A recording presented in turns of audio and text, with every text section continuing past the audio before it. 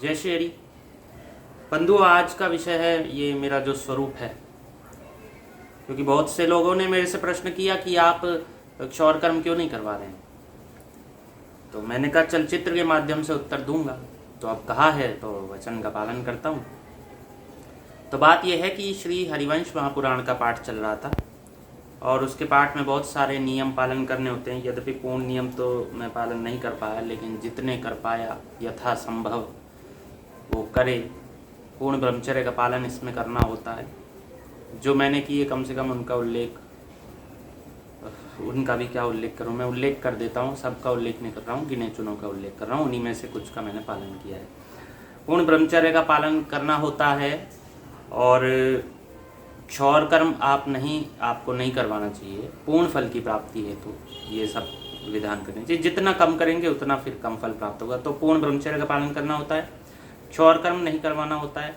गाजर, मूली, बैगन, शलजम, प्याज, लहसुन और कुकुरमुत्ता आदि, मूली आदि, मसूर की दाल, लौकी आदि पदार्थ, ये इन सब का भक्षण नहीं करना होता है। आलू आदि, इन सब का भक्षण नहीं करना होता है। आलू आदि अर्थात मूल जो भूमि के नीचे होते हैं। और यद्यपि हमने पूर्ण रूप से नहीं किया पालन, तथापि हमने लौकी, तोरई आदि का तो त्याग कर ही रखा था और क्षौर कर्म आदि नहीं करवाया। ब्रह्मचर्य का पालन 2 प्रकार के उनका तो अवश्य ही त्याग किया है। ब्रह्मचर्य पालन में जो 8 प्रकार के नियम होते हैं ब्रह्मचर्य के, उनमें 2 प्रकार का तो पालन किया ही है, बल्कि मुझे लगता है 3, 4, 5 प्रकार का नियम का पालन किया होगा। और इसके अतिरिक्त जो आप प्याज, लहसुन, मूली, शलजम, बैगन, ये तो मैं पहले से ही नहीं खाते। ये शास्त्र वेदता को, स्मृतिकार को नहीं खाना चाहिए। ये किसी को भी नहीं खाना चाहिए मेरे विचार में। तो द्विजातियों को तो बिल्कुल नहीं खाना चाहिए। तो इन सब का पालन किया और इसी कारण से क्षौर कर्म आदि नहीं हुआ और प्रभु की कृपा से जितना भी पालन किया है तदनुसार फल की प्राप्ति हो, जो भी हो। और यद्यपि कोई इच्छा भी मन में नहीं थी, तथापि अब पाठ करना था तो पहले से बोल रखी थी। किसी महाराज जी से हमने बोल रखा था कि मैं ये पाठ करूँगा। उन्होंने भी आदेश दिया, तो मैंने कहा ठीक है, अब की बार इसी शास्त्र का श्रवण कर लेंगे, अध्ययन कर लेंगे जब औरों का करते हैं। तो ये सब होने के उपरांत फिर मैं गया गोवर्धन आदि इतनी दूर वहाँ जा कर के और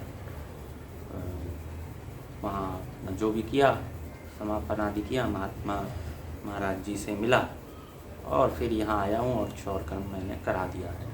तो ये तो चलचित्र इसलिए था। और इन क्षौर कर्म के जो नियम हैं वो आप पद्म पुराण महात्म्य में देख सकते हैं। यद्यपि हरिवंश पुराण यदि आप लाएंगे तो हरिवंश पुराण में भी प्रथम अध्याय, द्वितीय अध्याय, तृतीय अध्याय, पूरा महात्म्य अध्याय 6-7, उस महात्म्य अध्याय में हरिवंश पुराण के महात्म्य अध्याय में लगभग 7 अध्याय हैं, जिनमें से प्रारंभ के 4 अध्यायों में तो विशेष रूप से नियमों का ही उल्लेख किया गया है कि क्या करना चाहिए, क्या नहीं करना चाहिए।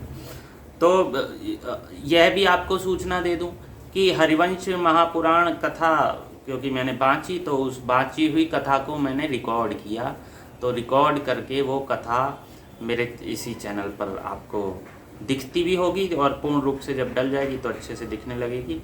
और इसका मैं प्रयास करूँगा, इसका महात्म्य श्रवण अलग से भी डाल दूँ और उस कथा में भी डाल दूँ, जिससे कि महात्म्य का जो हरिवंश पुराण सुनने का महात्म्य है उसे सुनकर ही लोग इसकी ओर अग्रसर होंगे।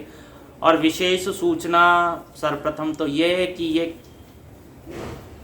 उसी पुरुष के लिए ये कथा है जिसकी भगवान में श्रद्धा है, भगवान कृष्ण में श्रद्धा जिसकी नहीं है, इस कथा का कदापि श्रवण ना करें। आपके लिए बिल्कुल भी ये नहीं कही गई है। दुष्ट पुरुषों के लिए कदापि नहीं कही गई है।